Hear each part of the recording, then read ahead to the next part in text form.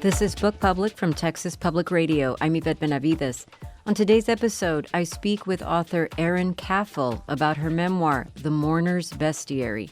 Eiren Caffall was a very young girl when she learned about polycystic kidney disease, or PKD, and the ways it had affected her family for generations.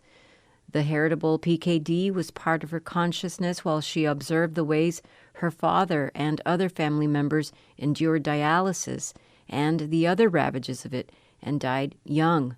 Most of her family members were dead by the age of 50 because of this disease. Eiren Caffall was 22 when she herself was diagnosed. Even so, she makes the decision to have a child. Aligned with this family story is the story of the ways in which marine life struggles to survive in a fast-warming marine ecosystem. In trying to understand her own grief and the acceptance of her destiny as someone who has inherited PKD, Eiren Caffall studies the marine life of Long Island Sound and the Gulf of Maine. She examines the ways in which the marine animals continue to exist. This idea connects her to an idea about her own existence and her will to keep living while accepting exactly who she is. I spoke to Eiren Caffall about her memoir, The Mourner's Bestiary. I do want to start with the title of your book because it really captures our attention. As I've been walking around, carrying the book around, people have asked me, wow, that's such an amazing title. What does it mean? What does the title mean? How does it name this book for you? Yeah, the title, The Mourner's Bestiary, was something that actually came to me before I really knew how to write the book. And I feel like I was living with the title as an idea for a really long time as I tried to figure out how to braid the various subject matter areas that I was going to try and combine in the book. I'm lucky enough to have an aunt who's a medievalist, and I was kind of obsessed with medieval literature when I was a child, thanks to books that she would drop off for me at Christmas time, and was always really interested in the bestiary as a form of early natural history conversation between people, but also as spiritual metaphor, as a way to create a teaching tool that both was trying to teach science as early as it was, but also was attempting to create a way to understand what animals could mean to people and to explicate what they mean to people. And so for me, as I was thinking of it, I knew I always wanted to have each chapter be a creature, and a creature from an ecosystem that I loved and that I thought about, because they were so much touchstones for me as a child. And as a science writer, I began to really just read very deeply into the scientific literature of the impact of eco collapse on our more than human kin. And that unpacked for me just really deep resonances between my own story and the stories of animals in these ecosystems. And so I've come from a family that is facing an incurable disease that has gone through waves of loss over multiple generations. And I also really wanted to explore the question of mourning and what that means in the context of both my own personal experience with my family, but also what we're collectively mourning right now as we face and live with the impacts of climate change and plastic pollution and eco collapse in various ways across the globe. You do this amazing thing with this gorgeous memoir about your life, but it is, as you said, braided with these other ideas about ecological collapse. So there's so much in this book that links the human experience of illness, in this case, polycystic kidney disease, and then the kinds of things that exist in the natural world that affect the natural world. And so it's just amazing to me. When I read the summary of the book, I thought, wow, what is that alignment about? But you Yeah. do something so interesting with this. You have such an affinity for the ocean and sea life, and specifically Long Island Sound and the Gulf of Maine. And you bring out this idea that I found so interesting about your family being what you call drowning people. Mhm. So Yeah. in this case, the ocean, the water that you love, that represents life and so on, is also in other cases, something that is almost too much to bear. Yeah. I mean, I think that, you know, we've gone to the ocean as a family for solace, for recreation, for connection, for, you know, generations, but we also have a disease which is basically a fluid based illness where we are filling up with fluid, with water that's in the wrong place, with an inability to process water in our own bodies, and a retention within these cysts in the kidneys that eventually swell the kidneys. Mine are currently 6 times their normal size. That's very typical for someone in my phase of the disease. And so I felt very much that, you know, from a really young age, I kind of understood my family to be drowning. When you are young and watch someone go through dialysis, you are very much in conversation with how much water is in their body. When you're living with someone who's going through dialysis, you are acutely aware, as they are, of how much water they're consuming, how much liquid is coming into their body, and how much is going out. And so there was always this sense of what we're doing to protect the people that we love in our family who are struggling with disease is completely in relationship to our being able to protect them from drowning within their own cells. And I thought about that and sat with it for a really long time. And the metaphor just kept reintroducing itself. And I think, you know, when I was a songwriter before I wrote this book, you know, you couldn't pick up any of my songs without kind of noticing that there was a water obsession. They were all about glaciers. They were all about, you know, Arctic exploration. They were all about floods. And my favorite book is Moby Dick. I obviously have an incredible obsession with the ocean, but you know, I started unpacking as I got a little bit older, and as I began to live with the symptoms of the disease, I started realizing, oh, that affinity is so much deeper, and it's so important for me to be able to not shut myself off to what I love about the water, about oceans, just because I have a complicated relationship to the water in my own body. And the more that I thought about that work, the more I thought that's actually the work we're all doing, whether we're physically in drowning bodies or whether we're, you know, in relationship to water being where we don't want it.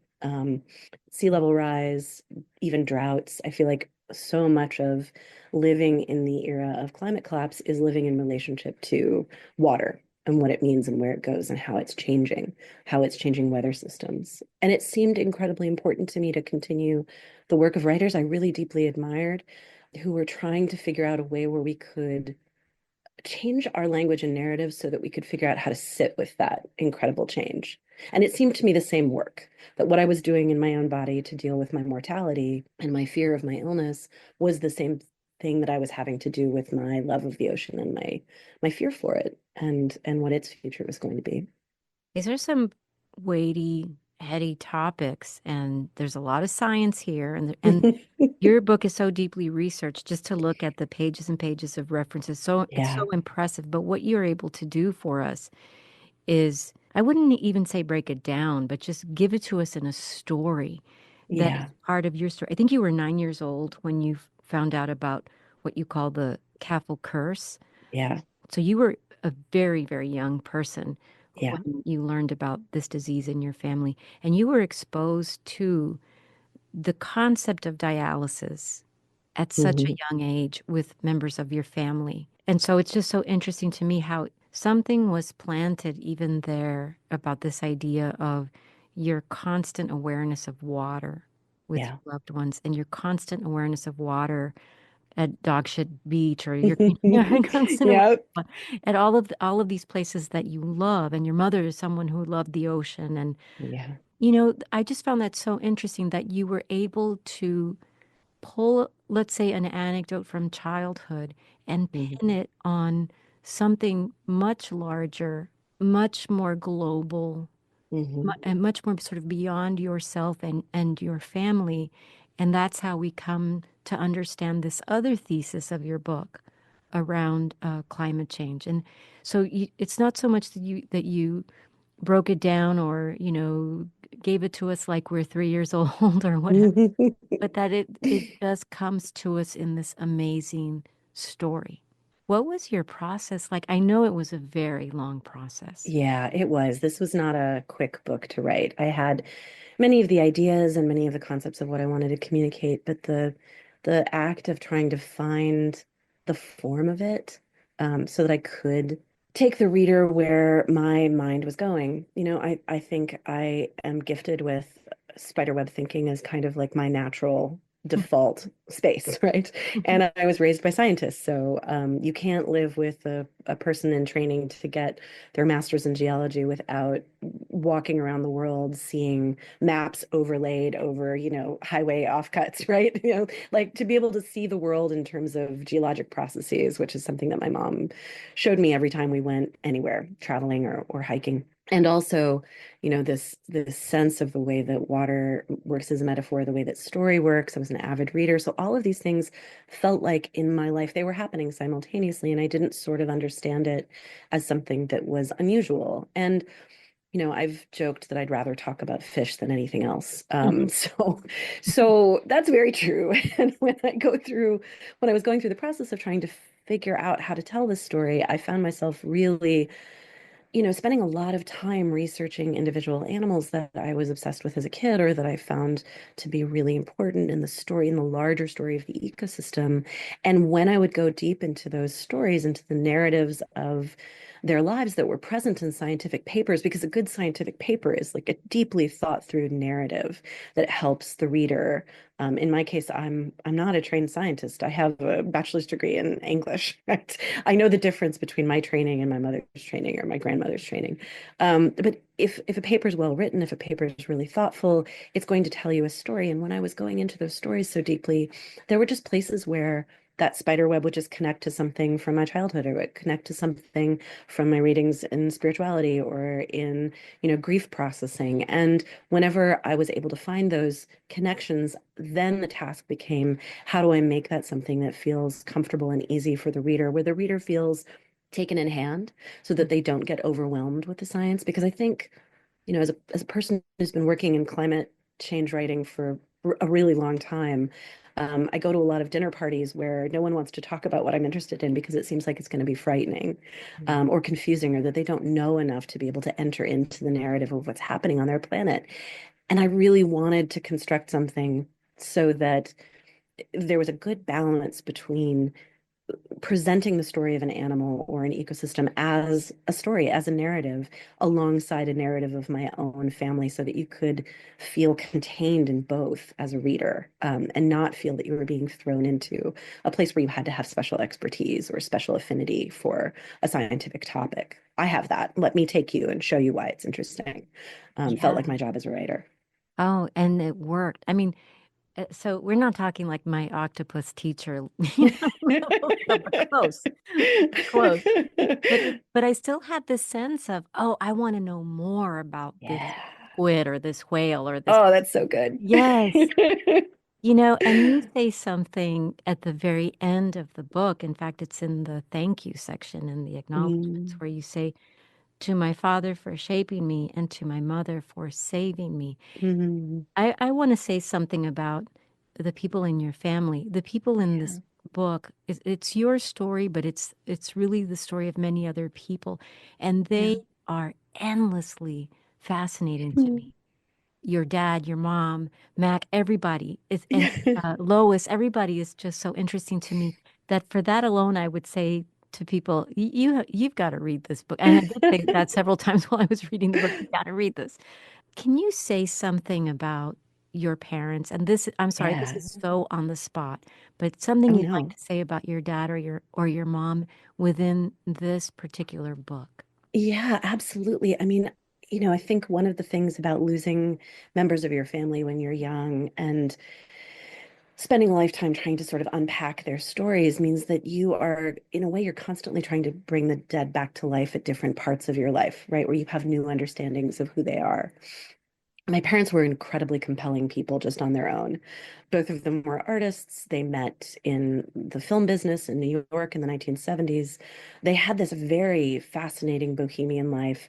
My father came from this really working class Irish Catholic family that also had this disease, and also had just had this incredibly interesting set of siblings. And so, I didn't think that was unusual growing up. I didn't think that that the kind of bohemia that I was raised in was anything terribly remarkable. It just seemed, of course you're surrounded by curious, interested people who are going to throw over their film career to go make shaker furniture by hand in their 30s. Of course that happens.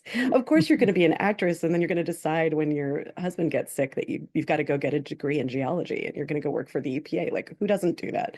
But as I've matured into, the rest of my life, I've begun to understand how singular they were. And, I've really tried over years and years of processing the grief of losing my father, and then, in the last 5 years after losing my mother, to try and figure out how to reconstruct their complexity, because I idolize the things that they gave me, the gifts of their experience, their interest, their focus, their curiosity, their bravery, but also they were living with a lot of really difficult stuff and didn't have a great way to process it. And the damage in our family that occurred from the kidney disease wasn't really understandable to me from the outside until I began to do some really deep research into the psychological impact of polycystic kidney disease itself on family populations. And there's a great study that was done in Vermont in the 1970s that was tracking families like mine.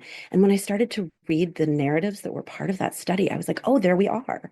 There we are. That's what happens when you take these incredibly vibrant, complicated people who are trying to live outside of the normal paths of culture, and you throw this really traumatic experience into their lives. And it made it possible for me to just sort of see, as did becoming an adult and a person with their own kid, to be able to see all of the facets of them in a way that I didn't when I first started trying to write about them in my 20s. And hopefully, I think the best compliment that I've gotten about the way that the family narrative plays out in the book is that, from family members who say, oh, they're alive on the page, I recognize them. It's like they're back. That's a huge gift. That is a huge gift. And I feel so I never knew them, but I feel like I know them. Oh, They're just such gorgeous part of this story. I just wanted to thank know you. more and more and more about them. And you are a mom, as you Yeah. was there ever a time when you thought you wouldn't be a mom? Yeah, I mean, and I think that's one of the things that was really helpful for me to explore through the writing process was the complexity of going through the decision to have a child from the point of my diagnosis when I was in my early 20s until having my kid 10 years later. You know, I I'm from this family where it's 150 years of people dying before the age of 50. In my father's generation was sort of the first time that they really understood the genetic component, the incredible prevalence of passing on this mutation to children. And my father sort of accidentally decided to have a biological child. None of his siblings decided to have kids because they were so traumatized by what happened to their own father. I really wrestled with whether I felt like I was entitled. It was a weird word to use, but I think that's the way that the culture presents it. Whether I was entitled to be able to have a child of my own biologically. And it's a huge and complicated issue, and I don't really work in the realms of reproductive justice. And I Mhm. don't really have any opinion myself about what people decide to do in terms of genetic selection of embryos. Now that that's possible to select away from this disease, there are many people who have a family history of this that do that work to try and make sure that they are able to have children who don't have this huge shadow over them. But even that wasn't really available to me when I made the decision. And so for me, it was a decision about, I mean, disability justice loosely, but also what is the value of my life? What Yeah. was the value of my father's?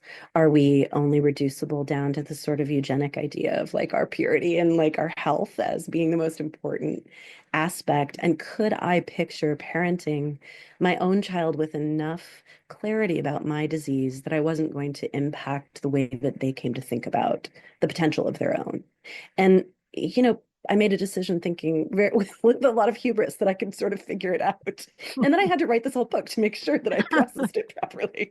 But I do feel like, my kid's about to turn 20, and I feel like we have a very different relationship to my disease than I did to my father's. And they have a very different relationship to their disease than I did to my own when I was Yeah. on the cusp of entering my 20s. And so this is the part of the book's thesis that I think is really important, which is, survival and generational healing, and even what we could do to impact the lives of vulnerable human beings who have chronic illness or genetic illness, what we can do to impact the lives of non-human entities that are in these incredibly threatened ecosystems. And we have this idea that we only have these 5 years to fix it. And in so many ways, that's true.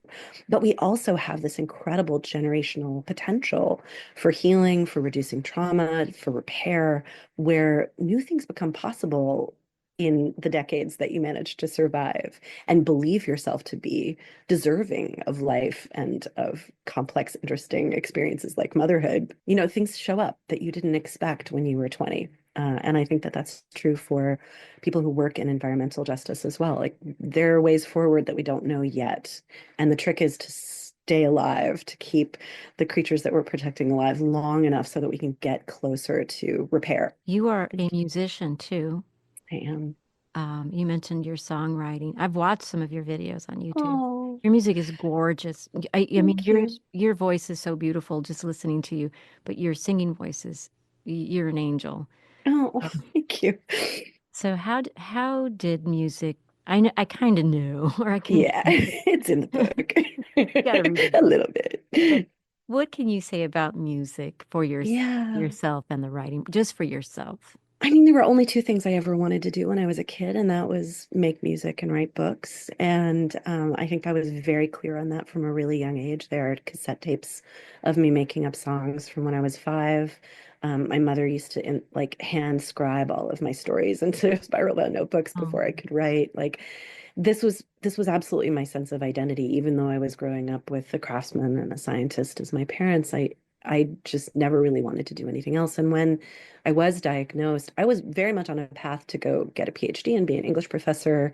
I loved that work. I had always wanted to do creative writing, but I also really loved reading and thinking and critical thought. And my diagnosis kind of pushed me into this place of, well, so, I mean, like, to paraphrase the One Wild and Precious Life, what are you going to do with it? Like, where, you've just been told by a doctor that you have 5 years of good health, that you may never have a child, that you're going to be on dialysis and go through transplant, and you have seen everyone in your family suffer under the weight of this disease. What is it that you really want while you can still do it?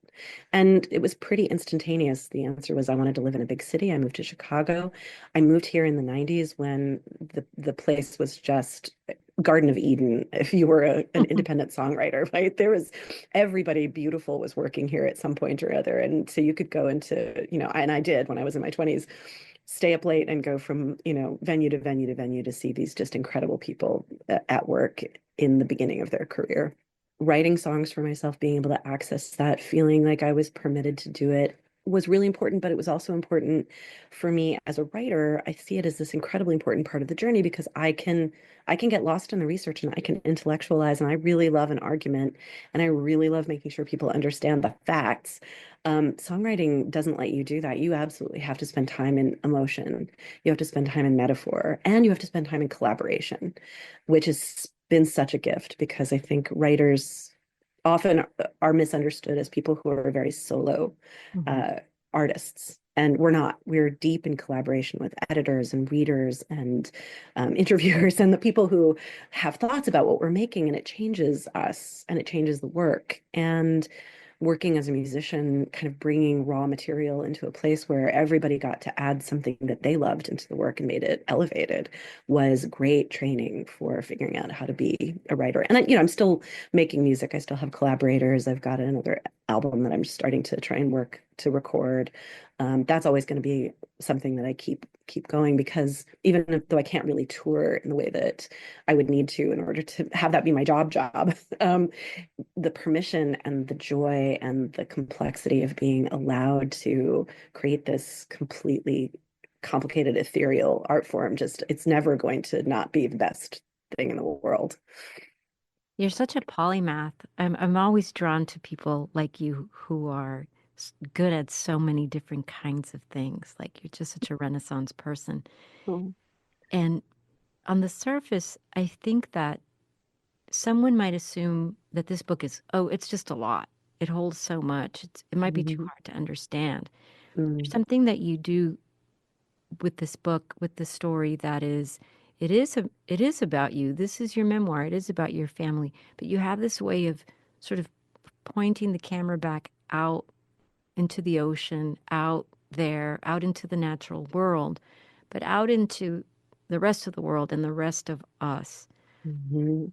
It holds a lot that is connected to all of us and that you manage to help us understand so clearly. So I wonder, for people listening out there, what's something, any one or two things that you would like listeners of this interview to know either before they dive in, if they're a little intimidated, and they should not be, Yeah. because this is the first part of this is you're hooked and you're in. um, and there's no closing the book, or as they finish and turn the last page, like what Yeah. if you could talk to people about this book that obviously so much went into it for so long and Yeah. it's out there, Yeah. what would you say? I mean, I think the most important thing is that people I, I'm getting this a lot on social media right now where people have said, oh, it's on my TBR pile, or I've ordered it, or somebody told me to buy it, but I'm intimidated because I'm already going through so much climate grief. And especially like today, I came to this interview from scrolling through messages from my friends in Los Angeles who are dealing with wildfires. Um, it's never a time when we feel like, okay, I'm feeling very settled and calm about the crisis in the planet. Mm. I see people who are afraid to begin it because they worry that it's going to be something that leads them through more fear, more bad news, more overwhelm. And what I want to say is, I wrote this because I couldn't sleep, because I was spending time being afraid of hurricanes and wildfires and the impacts on people I love, and thinking about extinction. And I wrote it to remind myself that there's a reframing that's possible, where we're capable of building up a muscle that allows us to see the things we're afraid of, not to be in denial, not to avoid, but also to feel, I think, what is true, which is that we have each other. We still have time, and we have, in fact, the capacity to hold the things we're afraid of and the things that we find beautiful and wonderful and magical at the same time, to go back and forth between them so that we don't feel so overwhelmed when the fearful thing happens, and that we still feel the ability to connect with each other and with the world that we love and not grow dead to it or afraid of it. And I think actually that's the most important thing that we can go forward with in this really frightening moment, is that muscle that enables us to move from that, the micro of, I'm at the tide pool that I love with my child, and here we are looking at this incredible sea urchin, to the macro of, I got a text from my friend in LA this morning.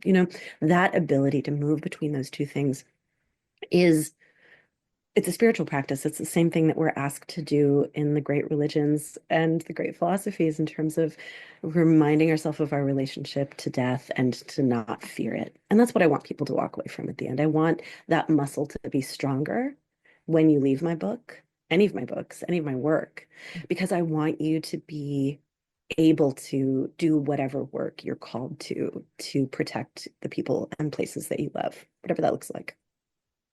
Eiren Caffall, thank you so much for your time today. I really appreciate it. I'm so happy to talk to you. Oh, thank you so much. This has been such a pleasure, such an honor.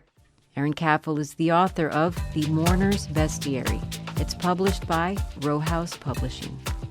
This has been Book Public from Texas Public Radio. Jacob Rosati composed our theme music. Dan Katz is Texas Public Radio's news director. I'm Yvette Benavides.